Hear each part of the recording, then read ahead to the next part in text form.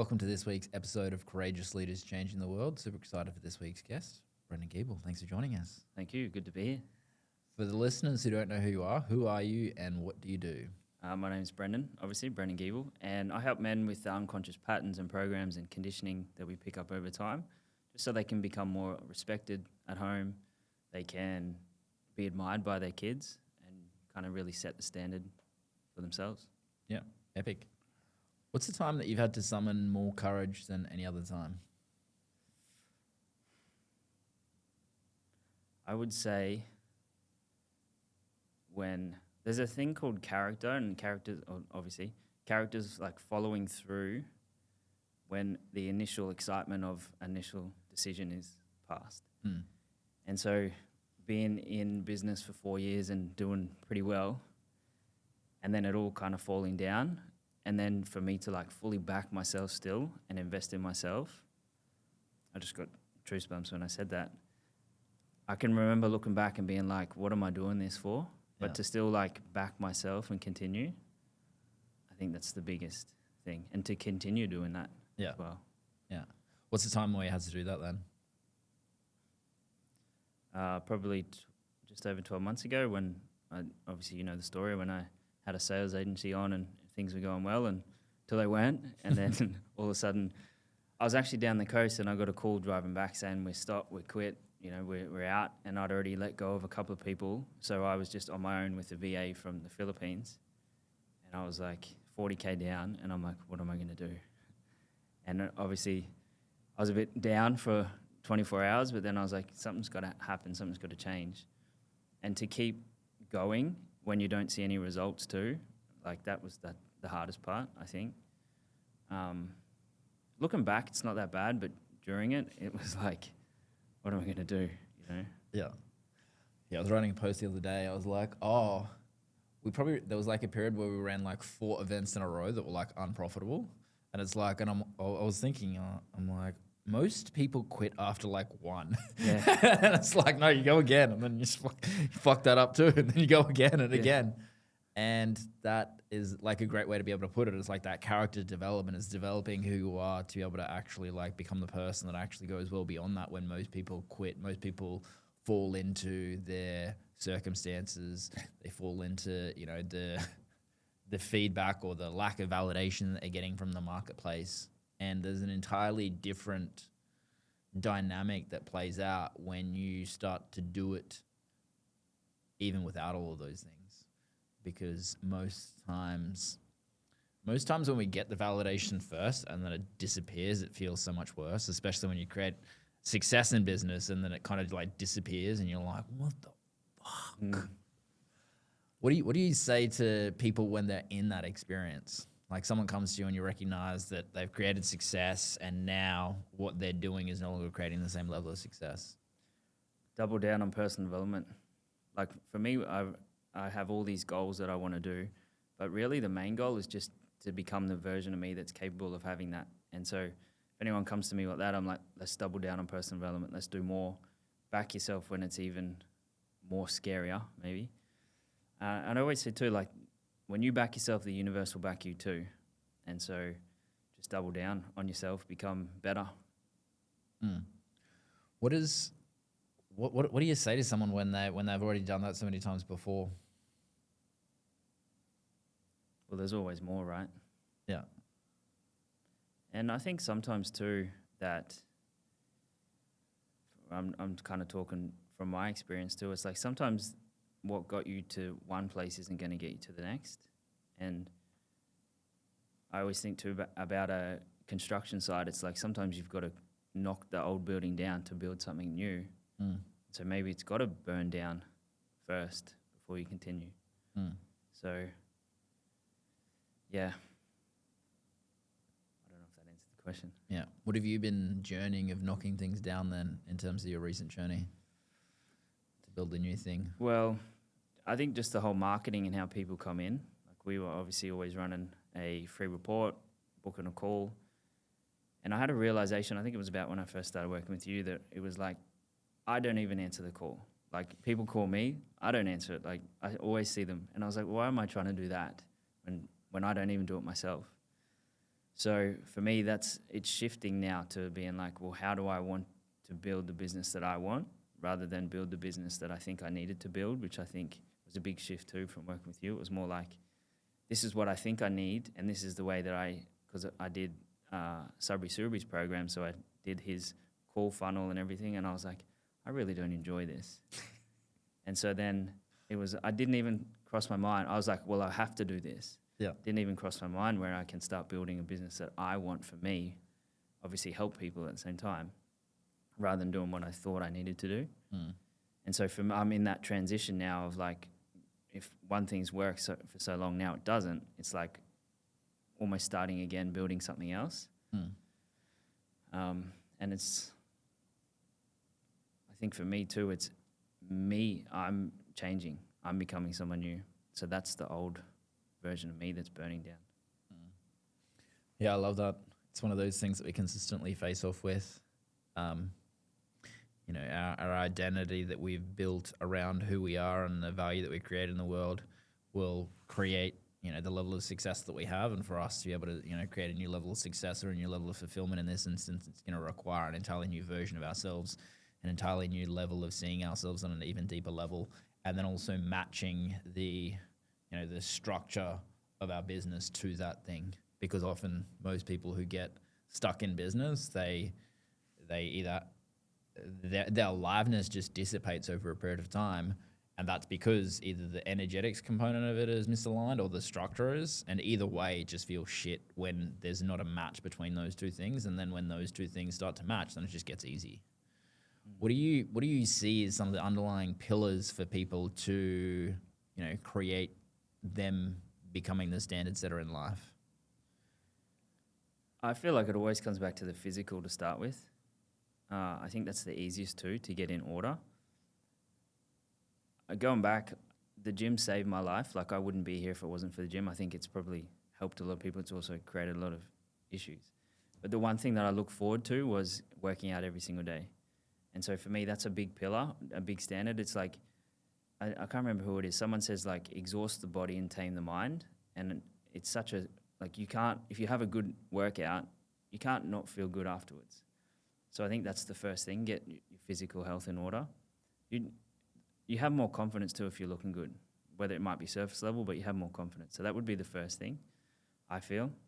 The second thing is the triggers. It's like so many people get triggered about everything, and it's working through them, and it's obviously not the first thing that happens. It's something else that happened that's getting triggered, the button that's getting pushed. So diving into those and freeing yourself of those. And then the third thing I would say is to work out who you want to be. Because a lot of people don't.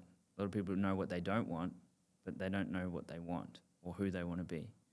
And so it's hard to get somewhere if you don't know where that place is. So that would be the three things I would say, three pillars. What do you see the common triggers that people kind of face off with in the work that you do? I think a lot of it comes back to them. Well, it's all coming back from their childhood, but I think it's for men, it's a lot safer getting angry. And so I think there's a lot of pain, like fear, hurt, or pain that's deeper under the surface. And then that gets triggered, and then it comes out on people. And obviously with stress and everything as well. So those are the main things, is like just the not being able to deal with, because we don't get taught this at school, right? Like, I miss that class if there was a class like that. And it's like, how do we deal with life? How do we deal with all the stuff that's going on? How do we deal with someone yelling at us or stress coming up? So we don't get taught this. We don't know how to handle it. So it's just accumulation of everything that's built up until you dive into it and start realizing, well, that happened here and that happened here and that happened here. Then I think people really struggle. What do you think they struggle with the most in that? Trying to work out what's going on for them. It's like after the fact, they might get triggered, or they might say something that they shouldn't have, or do something that they know they shouldn't be doing, but they do it, or the opposite. And then afterwards they look back and then they go, why did I do that for? And they don't know. and then feel guilt and shame and go further down.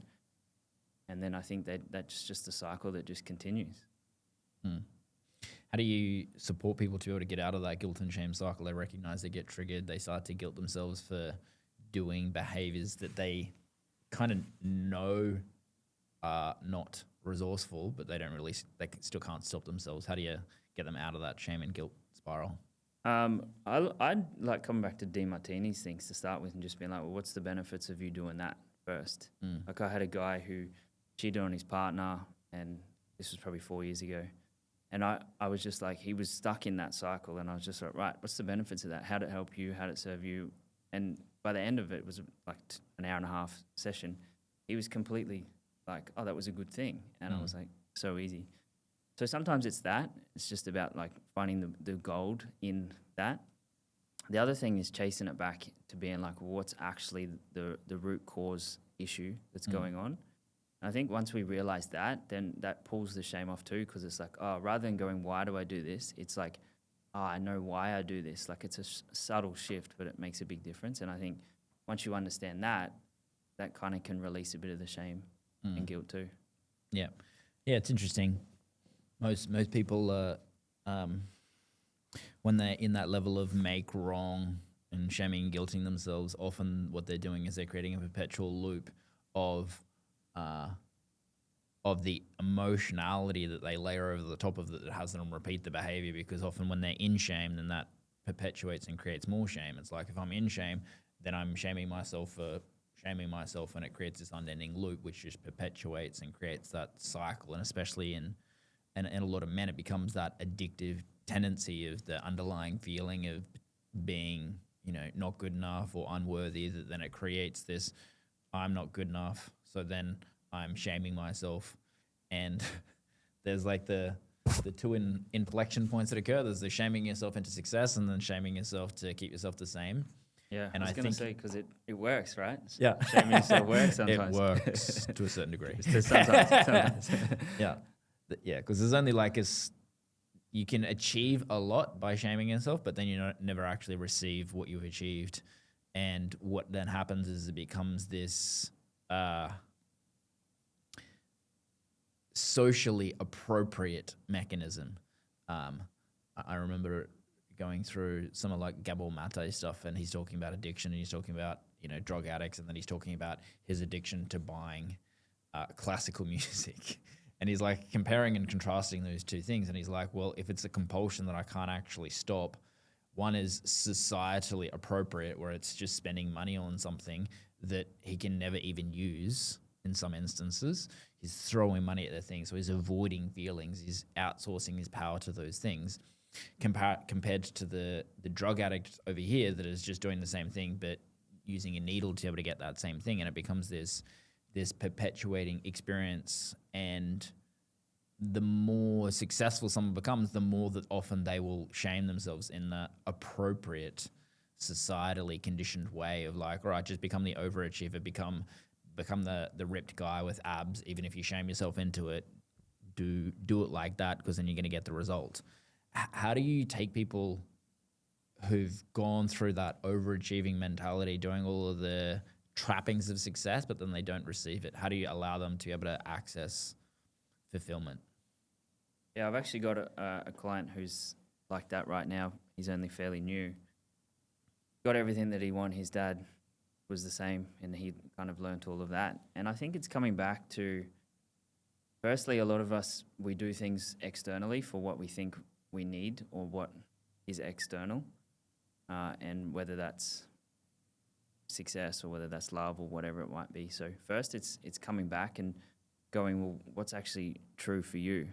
Is that what you want? Is that not what you want? And I always just think that it's childhood programming, like a main 95% of it, I reckon.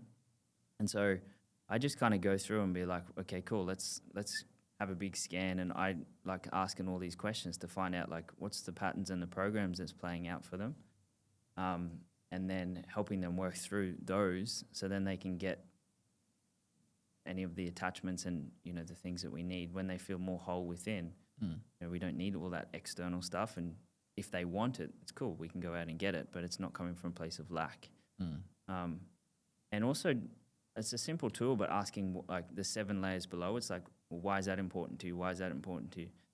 And a number of times that you keep going down that, so often, so many people they want this thing, but if you keep going down, it comes from a place of lack. So like the deepest driving factor is a place of lack. So it's like if you put lack out, you get lack back, right? So I think too, it's going deeper and finding those because it's fulfilling something. And if we can get to the bottom of that, whatever that thing is, if that's no longer there, then it allows them to find the fulfillment in who they are and what they're doing rather than what they achieve.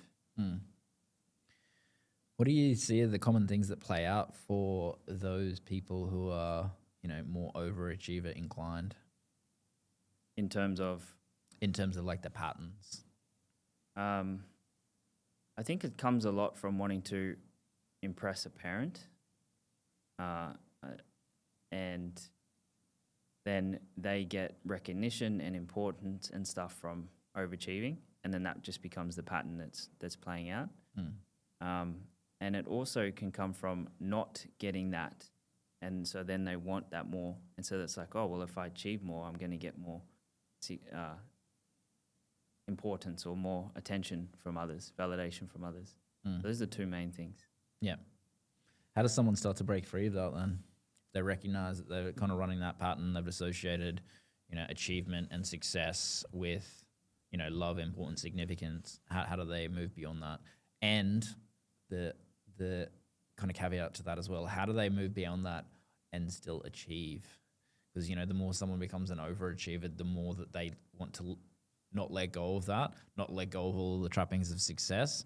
How do they get their cake and eat it too in that instance? Yeah, good question, because it's like that the fear of if I let that go, then what's going to be my driving force to get it? I think that's played out for me at times before too. I think the first thing is just like tracing back what created this, where did it come from, through a series of questions or asking, what created this, how old were you? Just see, your mind is so much smarter than our unconscious mind. So just asking and trying to chase that back, or where did that start? Then getting the learnings and lessons and doing what you need to do. And then I think it's about finding a new association with the thing that we want. And it's like, if we go after that, the whatever we want to achieve, we create more associations to it that's going to drive it rather than going the opposite way. And I think a lot of people, they're coming from that place of lack, and if we don't work through that, as I said, chase it back in childhood here, get to the bottom of it, get to the root cause, change that, and then once we understand that, a lot of that kind of resolves itself in the driving forces. And then I like linking stuff to our values too. So the things that we want to achieve, it's like, what's important to us? Let's link that to some of our values. So then it's like the values are our driving force. That's pushing us forward rather than it coming from a place of lack. Yeah, I love that. I like the IFS kind of lens for it as well, which is internal family systems, and kind of goes into some parts work pieces as well, where, if you've got a specific part of you that is entirely focused on success at all costs, then it's almost like that desperate lack energy that is driving you all of the time, and is using a lot of energy to grasp at that success. And the next layer of that is well, if that part no longer needed to play that role, where would that energy go to be able to create success in an entirely new way? Because if it's no longer in that desperate energy, it kind of frees up that energy and allows it to be able to release and resolve itself in different ways that is not so desperate. I think in IFS, it's about the protector parts. They're protecting your system to be able to create this level of protection of hiding parts of you so that it actually stops you from getting hurt or getting rejected or getting whatever the wounding is around it. And it starts to allow people to be able to then open up more, to go beyond the protector parts, so that we can actually have those aspects of us start to be a lot more resourceful in how we're creating success, because this dynamic that I'm seeing right now of, you know, hustle culture is becoming less and less available to people with AI. It's like you can keep hustling right now more and more and more and more and more and more and more, and you'll just perpetuate the same patterns. But those people who are utilizing AI as an enhancement to what they're doing, it allows them to be able to buy back time, to be able to create more time and space for them to actually do that internal contemplation, introspection, that personal development, so that they can actually start to enhance all of the different things. What do you see as that kind of dance right now with people in that kind of hustle culture dynamic? Can you explain that question? Yeah, so like there's a big group of people that are stuck in that hustle culture dynamic. It's just like more, more, more, more, more, more. And there's, you know, there's a lot of those people are going down the AI route, but then what happens is they don't actually change anything in their life. They're just like applying hustle to then AI, which just keeps them busy in that rather than productive. What do you do to support someone that is in that hustle culture dynamic that is just keeping themselves busy? Yeah, well, there's obviously, if they keep going into that, it's maybe they're fearful of sitting by themselves. So many people, they can't just sit in silence. Like they always got to have a TV in the background or a radio playing or something like that. And so I think there's that almost like a fear of silence. And so I think it's just slowly cracking through that and maybe going step by step by step.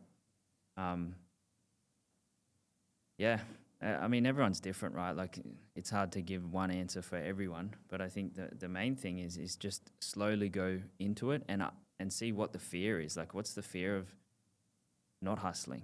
Like if you didn't do anything, what would happen then? And then I think uncovering those allows us to see what might be under the surface then. Yeah. Mm. Yeah, one of my favorite quotes is, you know, if you're okay to actually be alone with yourself, you'll never actually feel alone. Mm. And most people are so terrified of just being alone with themselves, alone with their thoughts, alone with their sensations, alone with what's actually going on in their system, that they create an entire world, an entire business, an entire family based on them not being alone with themselves, because that's the most terrifying thing, because they're alone with themselves and they're the only thing that's left. Then what? Mm. And it's also that dance of like the identities that's created. I'm the father, or I'm the husband, or I'm the business owner, and most people are absolutely terrified of going beyond who am I beyond those things? Who am I beyond the business owner? Who am I beyond the father, beyond the partner? And yeah, it's one of those things that is like the ultimate dance of the possibility of freedom, but also like terror in the same experience. Because once you start to be okay to actually be alone with yourself, then you no longer need anyone outside of yourself, and it creates this freedom in the world and from the world, but also being that terrifying thing. What's your journey of going through those seasons of being okay to be alone with yourself? Yeah, I think that was probably one of the biggest things, that I just had this deep fear of being alone.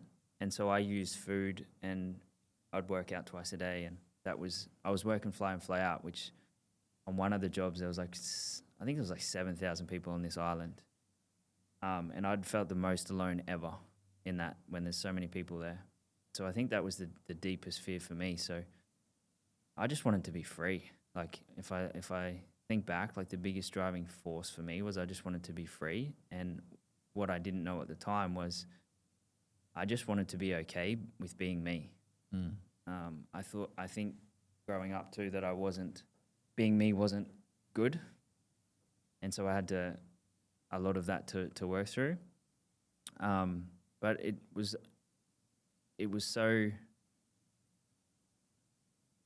took a long time for me to get to that. But now, like I'll be quite happy. Like I always joke sometimes. I'm like, I just want to be a monk. Like, you know, give me a gym, and I'll meditate all day. I'll be fine.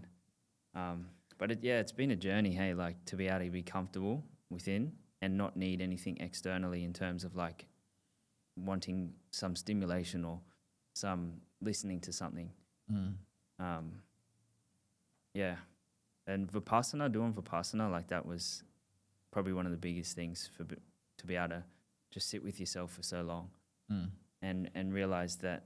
Like I remember the first time I went there, I'd never experienced so much peace in my life. It got to like day 5, a few days after the mind was like racing, and get to a point where it's like you can't do anything now, like you're stuck here. And I remember sitting on the hill, or sitting down, and there was a hill, and there was like all these different birds and everything, and I had a cup of tea. It was in the afternoon, the sun was going down, and we had nothing. Like you meditate, you eat, you sleep, shelter, very basic. And I was like, just sitting there smiling.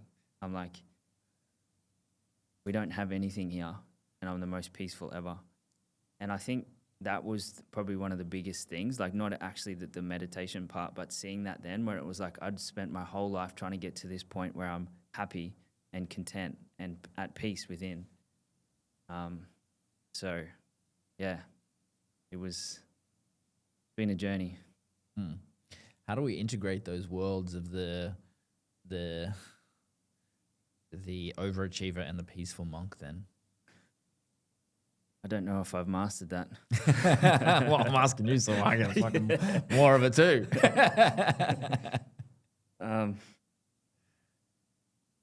I think I don't like using the word balance, because obviously balance is kind of like, I think it's more of a harmony, and it's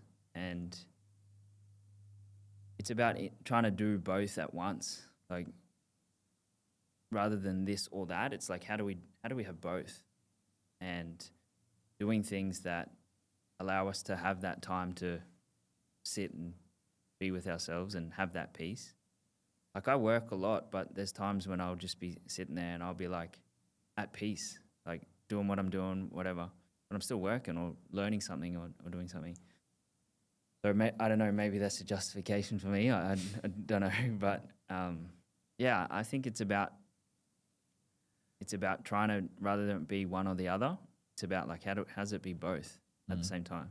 Yeah, I think it's definitely natural to go through that kind of swing of the pendulum. You know, we start to develop this entire identity around all of our success, and then, you know, we become a hippie and we're like, right, well, I'm going to go live in a van and move to Byron now. We either do that or we have that fantasy. Yeah. Plant medicines every weekend. Yeah. And I think it's natural to have that huge, big swing of the pendulum to start off with. It's like it's all of this and all of this, and I recognize, it's very much where it is the decreased swing of that pendulum, where it's like, oh, well, how do I bring peace to the level of achievement that I am focusing on creating right now in this season, and then also like,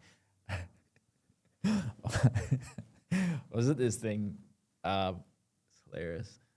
Maybe like 3 weeks ago, and there's like 6 of us there, and you know, naturally, one of the guys is talking about like men's coaches, and it's the most funny thing. We're like, all right, well, men's coach, like we're never gonna be men's coaches. It's like 3 of us, and then we get there and we're talking about how we'll never ever be a men's coach, and it's 3 other men's coaches there, and we're talking about like men's circles. We're like, we don't like that, and then afterwards we recognize that like we're on this side of the pendulum, and then they're on the other side of the pendulum, so it's like swinging there. Yeah.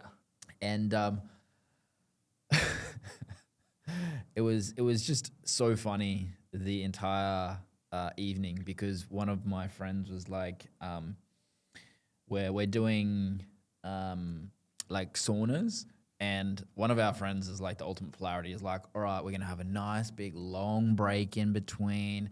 We're gonna get into the spa and chill out and have a big long chat. And then one of our other friends is like, all right, let's go again. Let's go for the next one. Do the next rep. And they're like the dance of these 2 people. And the guy who's like wants to go slow, he's like, bro, you just got to learn how to stop. I think it was like, stop slowing down. Sorry, stop trying to slow down so fast. Because he's like, I'm going to do my rep, and this is going to be how I'm going to come back to myself. And it's like, do the next rep, do the next thing, the next. And it was this interesting dynamic of like the balance that was playing out between each of us within that container that we're in, but also the recognition of like this moment of like, oh, you know, when I'm trying to slow down, how do I do that? I'm like, brakes, stop. Um, and I think there's like this level of awareness that kind of hits you in the face like that of like, oh, I'm trying to slow down, not slowly, but like as fast as possible. And it's that almost jarring experience for us to be able to like get hit by the universe to say slow down rather than, you know, consciously going through the ebbs and flows of it, because the jarring is normally the burnout or the health issue or the thing. What's been your relationship between consciously slowing down and having the universe hit the brakes for you? Well, number of times early on, like when I was in construction too, I remember one Sunday I just could not get out of bed. I was calling my mum and I was like, I don't know what's happening, but I can't get out of bed. Like they literally had to call the doctor. I was working down near Yamba on one of the bridges there. We were working like 14. I was running the job, so I was working like 14 hours a day, 6 days a week. And I didn't know that. I didn't at the time. This was before I got into any of this work. So it was just like, let's keep going until you couldn't anymore. And then I'd work flat out, and then I'd take Sunday off and do nothing, and then just get straight back into it. But that only went for 8 months until I completely crashed. So that kind of woke me up a little bit, and I think I don't remember now exactly, but I think I took a bit off. And now, just as I'm thinking about this now, I probably did that for a long time, where I'd work for like 4 or 5 months really hard, and then I'd take a month off and do that. So I probably did that for my whole life until more recently, I think. But yeah, when I first started too, I was like, well, my business, I'm like, well, I'm not where I want it to be, so I'm just going to work more and do more and not take any time off. And eventually it catches up on you and you're kind of forced to. So Yeah. I think too, whenever I feel like I'm maybe getting a little bit run down, like I haven't been sick, I can't remember the last time, but every now and then I feel a little bit off, and I'm like, oh, okay, maybe it's time to step back or take a bit of time. Something recently I've been doing is like, there's this YouTube channel that I follow or not follow, but I watch, and it's just like stupid dad jokes, but it's like 20 minutes, and I'll just watch one of those and I just feel so much better. Yeah. And I used to be like, oh, I'm wasting time when I'm doing this, but now it's like I'm going to watch this once a day just to laugh and to have a bit of time. So I think I'm a lot more conscious now of what I do, and also after events and stuff as well, taking that time off, because I'm like, well, why take the time off when I could be working? I don't feel that bad. But I think it catches up on you slowly, and that's what you don't realize is like the compounding effect of that. And then all of a sudden it gets to a point of like, you're not listening, like something happens. Yeah.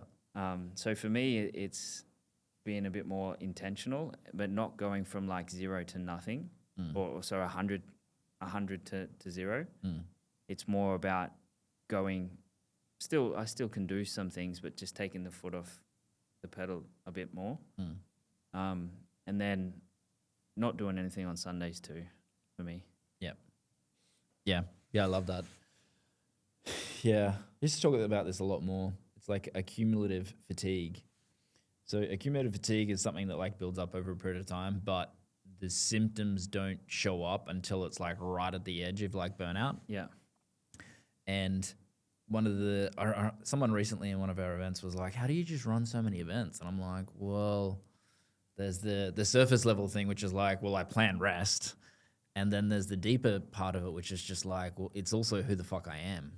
Like, I recognize that I plan every event, and then I plan rest, and I plan all of those things because I see it as a marathon to be able to build momentum and the movement that I want to create in the world, rather than a sprint, which is normally a sprint to make money. It's like I don't see it as that. I see it as like it's a stacking of every single event starts to build more momentum for what I'm here to be able to create for the world. And because that's who I am, that becomes enlivening for me. So long as I understand what my zone is of like what's optimal for how many events I can run for the year. And I do like to push it a little bit sometimes. Like Jackie is like, have you seen November? Yes, I know that we're taking a month off to get married in October, but have you seen November? And I'm like, well, don't look at the first week of December as well then. But I also know that if I've got a month off events, then I'm going to be okay for another sprint for a month, and then the first week of December, because then I've got another couple of weeks off for December as well. Yeah. And I think that most people don't look at it through time enough with that. They're like, right, cool, this event, I've got to sprint, get this event done, and then I'll deal with the next one, rather than being able to zoom out and look at, all right, well, what are we doing for this quarter? What are we doing for this year? What am I doing for the next 3 years? What am I creating in terms of the vision that I'm creating and the movement that I'm creating that's going to go beyond me? How do I zoom out to be able to actually see it as that marathon rather than a sprint? Because most people who just see it as a sprint, but then what do they try and do as soon as the event finishes? Sprinting. Sprint again. Yeah. And I think I've probably just done that too many times, where I would like be like, oh yeah, I can totally book in all of the sales calls the day after the event. And then I show up to the sales call and I'm just like, yeah, work with this more. What's been your relationship of expanding out how you see things through time? Yeah, definitely planning 12 months in ahead for it. I was just thinking as you're saying that, like that's been big for me, like planning out at least 12 months ahead in getting a visual calendar of being like, cool, this is where it's here. This is maybe when I want to take some time off. This is when I might be running even like workshops and one-day events and all that type of stuff. That's been the biggest thing of going like, cool, I'm going to set this whole year up like that. Whereas I never used to. I was like, cool, let's just run this when I can, and I'll do this when I can, and do this when I can. But seeing like that, I've never gone actually further than that, which I think I like that. So thanks for that. But yeah, just being able to see that further, I think it's almost like too, you get to have a good snapshot and see like, cool, this is it. This is where I'm going. It's like it's hard to keep going if you don't see the end sometimes. And so if you don't have that planned, it's like, well, when do I have time to maybe take time off for myself, or when do I want to be able to go away or do something? And without planning like that, I never had the chance to, because I didn't really know. Like I was like, had an idea of like, yeah, I'll do an event here, I'll try and do one here, and then this and that. But also too, scheduling the time that for holidays, or even if I don't go anywhere, just to stop, like a weekend maybe. I haven't gone as far as a full week yet, but a week yet. Yeah, that's been big for me, just planning the year at least in advance. Yeah, that's one of the kind of things that created a lot of shifts for us, was starting to plan that out. Like we've got our week off next week. We do that every quarter, and it just opens up so much. Like when you get to that point, you're like, oh, I could probably leave it like an extra couple of weeks. And I remember the first time I'm like, I'm going to take a week off, and then I'm like, oh, I don't think I need it. I'm just going to push it back a couple of weeks, and then I get like sick the next week, and I never get sick. And I'm like, oh, okay, cool story, bro. But yeah, planning it out, planning the week off out is easy to do. The hard part is like keeping yourself off, because there's this funny thing that happens as well when you take a week off.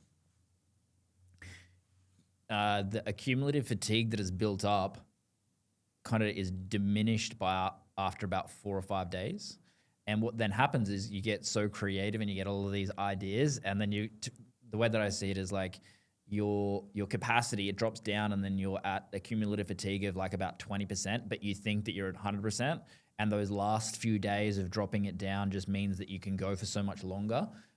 Because the first couple of times I'd be like, oh, after like 3 or 4 days, oh, I'm back at full, like I'm good to go. All these ideas are dropping in. Oh my God, I'm going to do this. I'm going to do this. I'm going to do this.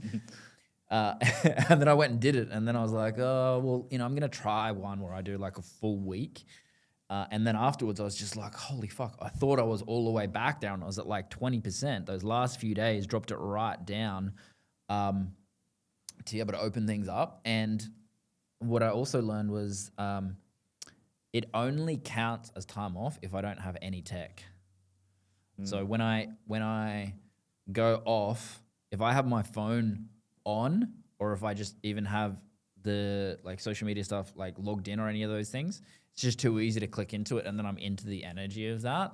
And for that full recovery time, it's like, okay, well, it needs to be tech free.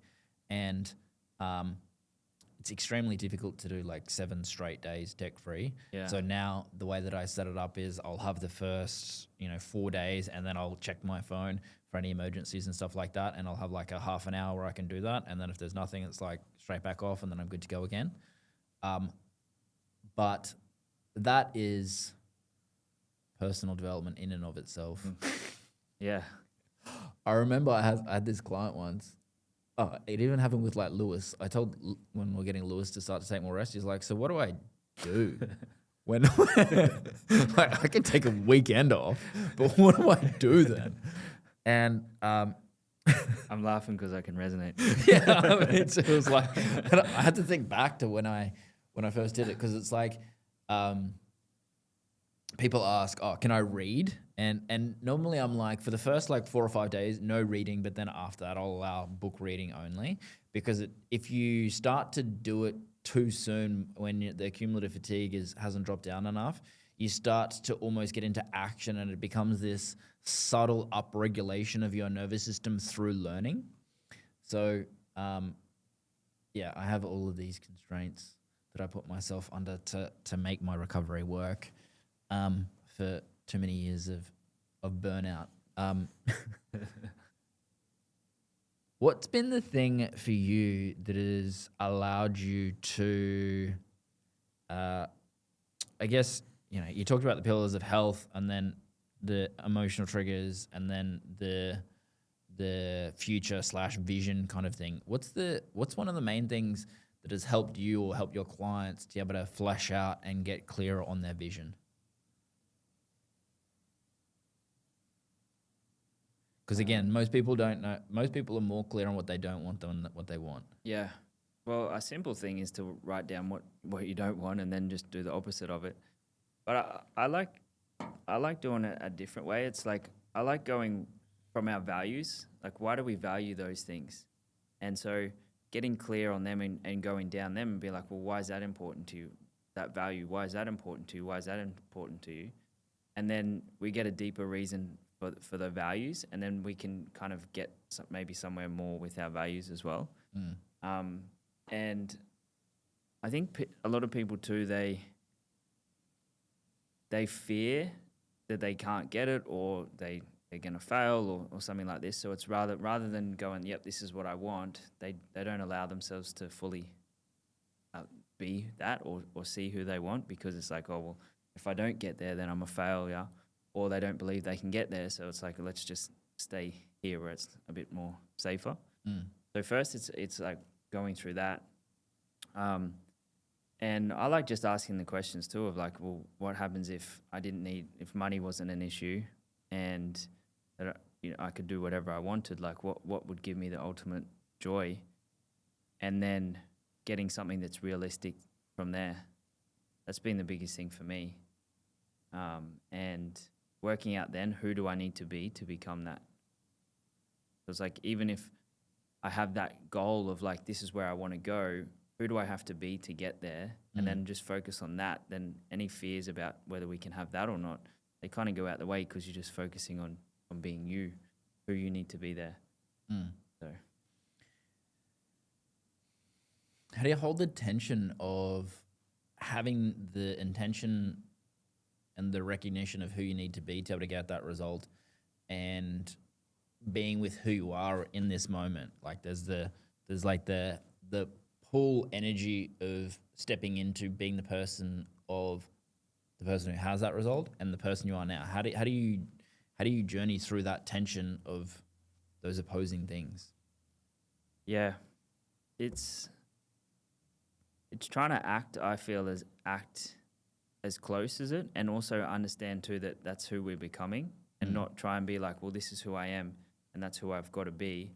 It's like, this is who I'm becoming, and just, it's like a process. It's not like fixed here and fixed there. It's like I'm naturally going this way, and just being like, well, that's where I'm heading, that's where I'm going. Let's just slowly do what I can. Maybe do one thing better today than I was yesterday, or do something that's going to get me to there. It's just like step by step by step. And yeah, just just in the process of becoming, not thinking that it's fixed, where it's like that version of me there, I'm here, there's a big gap. It's like, no, I'm becoming there, I'm going there. And use that language rather than that's where I've got to get to. It's like, oh, I'm already becoming that person. It doesn't matter. Yeah, I love that. There's like it's the energy of kind of seeing it as a stepping stone, but also the like depersonalizing of where you are. Because as soon as you start to personalize where you are, you start to get into, oh, I should be further along. I should have done this. I should have done that. And it creates that kind of repelling of that future thing moving towards you. And I think with that kind of stepping stone mentality, it becomes that thing that it's almost pulls towards you and you'll pull towards it. And it's this bridging of that gap rather than that energetic frequency of like, yeah, I've got to get there. And if I'm not, then if I'm not in the time frame that I set out, then insert who you are as a person. I'm a failure. I'm not good enough. Yeah. I'm a loser. I'm whatever it is. What do you feel is the way for people to be able to step outside of that labeling, guilting, and shaming themselves with all of those labels? It's creating that dynamic being much harder than it needs to be. It's not the pull. It's like they're pushing in that. Yeah. I think it comes back to, I like taking the time frame off it as well. I think a lot of people have put time restraints on things. It's like, I've got to be here by that time. Yeah. And then it might get to halfway and then nowhere near, and then they go, oh, well, I'm never going to get there. And that kind of creates the shame, and then they're never going to hit there then. So like when I set goals too, I'm like, might have a rough time frame, but I'm just like, it doesn't matter if it happens there or there. I think that taking that time frame off it too is a big thing, because then you don't have the time of like, well, I'm not there yet when I said I was going to be, which then creates the failure, shame, labels, whatever we want to call it. So that would be the first thing. It's like, who cares if you get there 12 months or 2 years or 5 years? Like, you get there, who cares? That's the first thing. And also understand too, it's like, we're always doing the best we can. If we probably knew more, or if we had the ability to do more, we probably would. So rather than shaming ourselves for what we don't know, it's like, you don't know it yet. How are you supposed to know if you don't know? So I think it's just being like, cool, this is where I'm heading. It doesn't matter when I get there. So then there's not that. And then also too, it's like, I'm just doing what I can right now. What's maybe one thing I can do better in the next day or week or whatever, and not then trying to go, oh, well, I should have done this or should have done that. Being like, well, what did I do different? Yeah. I think a lot of people too, like, they look at the negatives. So it's like, this is what I didn't do, or this is what I should have done. Where it's like, well, what did you actually do that's different, or what was good, rather than looking at the other side. Yeah, I love that. There's like this frame of reference of obsession with refinement that I see play out for so many people.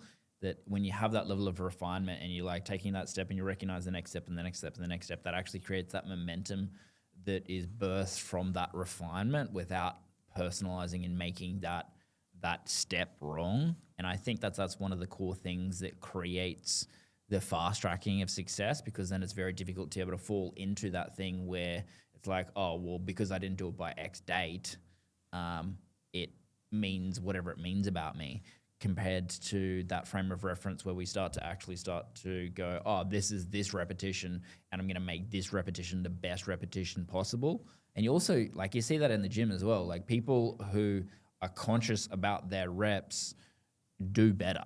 People who are just like, all right, 1, 2, 3, 4, 5, 6, 7, 8, 9, 10, boom, done, see you later. They don't get the results that they want. They either injure themselves because they're not present to the rep that they're on, or they just don't get the results because, their technique just falls apart. And I think that is something that we can all start to bring into almost every area of our life, to be able to see it as both the repetition that we're on while bringing that level of presence to it, and continue to refine it again and again and again and again and again, and be humble and present and aware enough to be where you are without trying to be somewhere further along.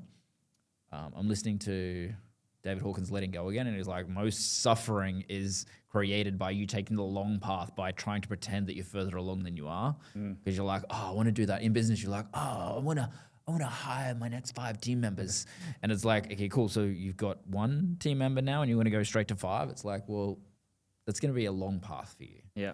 And that level of like willingness to be able to go through the refinement and be humble enough to be where you are starts to create that momentum from each of the pieces. Every single step leads to the next step. And it creates that foundation of having, having time work for you instead of against you. It creates that compounding effect. It creates that stacking of results so that we can actually start to really grow into that bridging of the gap of who we are. Sorry, who we want to be, from bridging who we are to where we want to be. Are there any like things that you do with yourself or with people in terms of bridging that gap faster in terms of the identity gap? Yeah. I think the first thing is also realizing too, this dynamic of right and wrong.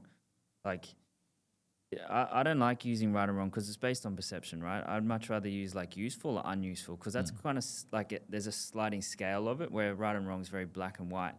So it's like, rather than going, that's wrong, it's going, maybe that's not useful to get you to where you want to be. And changing that has been big for me. And I think a lot of my clients too, realizing, cool, it's like, let's look at the usefulness of it, not whether it's right or wrong, because it was obviously probably right at the time because you did it, So doing that has been a big thing too, of also going back before pulling the shame off.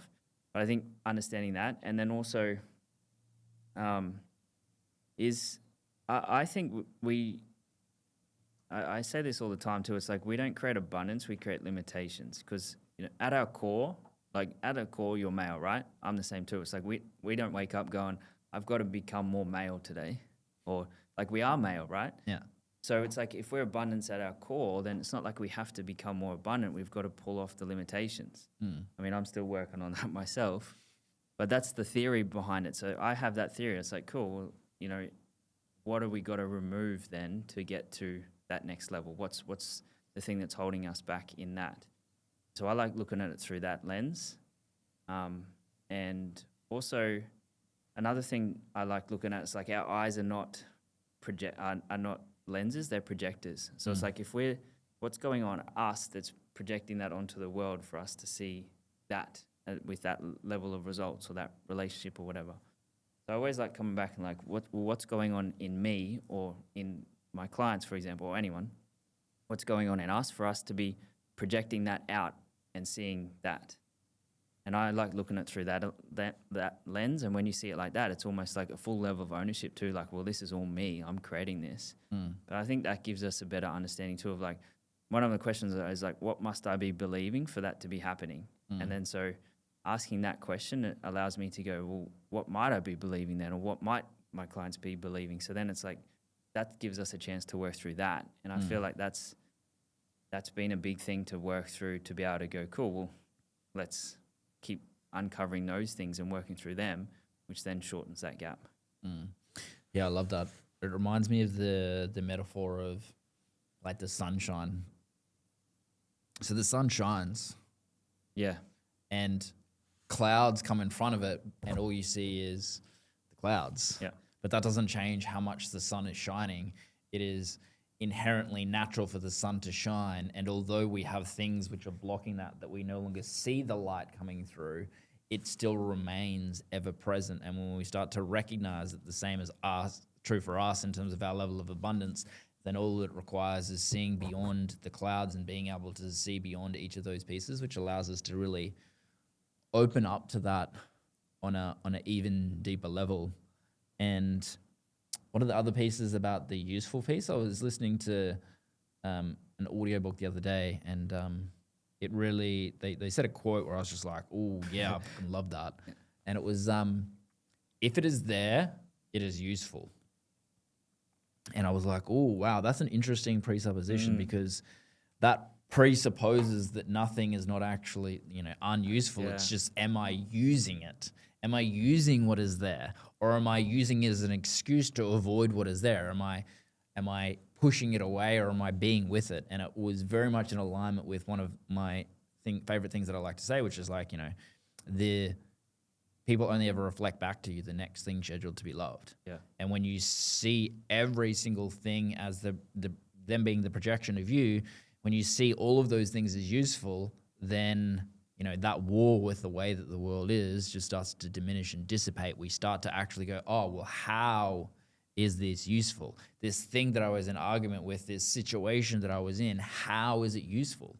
And it creates this shifting of how we start to see things, to be able to open up to going, oh, okay, cool. You know, this, I created the story and the narrative around how this thing was the thing that was stopping me, when the reality is that's the thing that I get to use to be able to either overcome it or become the new person to be able to step into what I'm here to be able to create, by actually starting to shift how I see that thing. How do I actually go beyond seeing the clouds in that instance and see the light that is actually still shining through it, even if it is reflected and refracted through all of the droplets of water and all of those things? And how do I start to create access to that on even deeper levels so that I can then start to remember, well, I'm just the fucking light. I'm the projection of light that is coming through, whether that's distorted by things that I'm using to be able to block it, to be able to create those limitations, or it's something that I'm, you know, just shifting how I see with things. So what's been your most eye-opening kind of realization in terms of how you've seen yourself of late? Good question.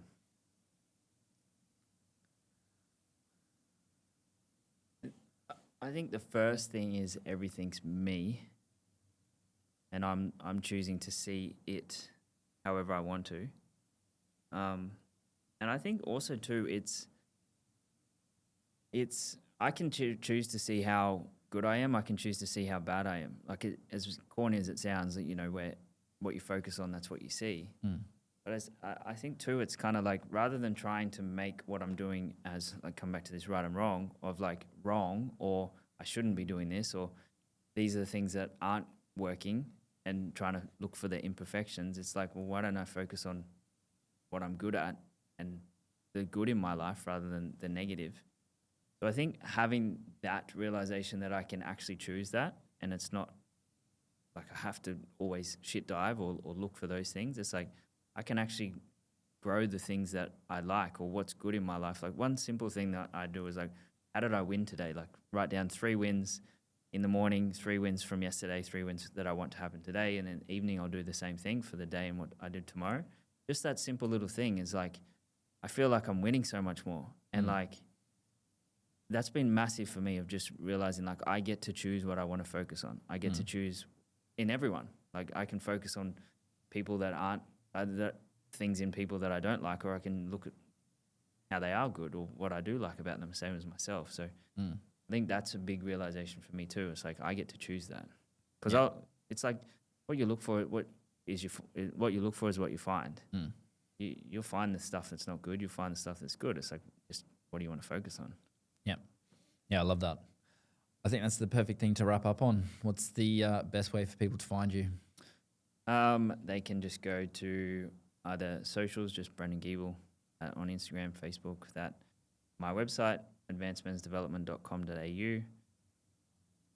Yeah, they're the main channels. Epic. Thanks. This has been fun. Thank you. Cool.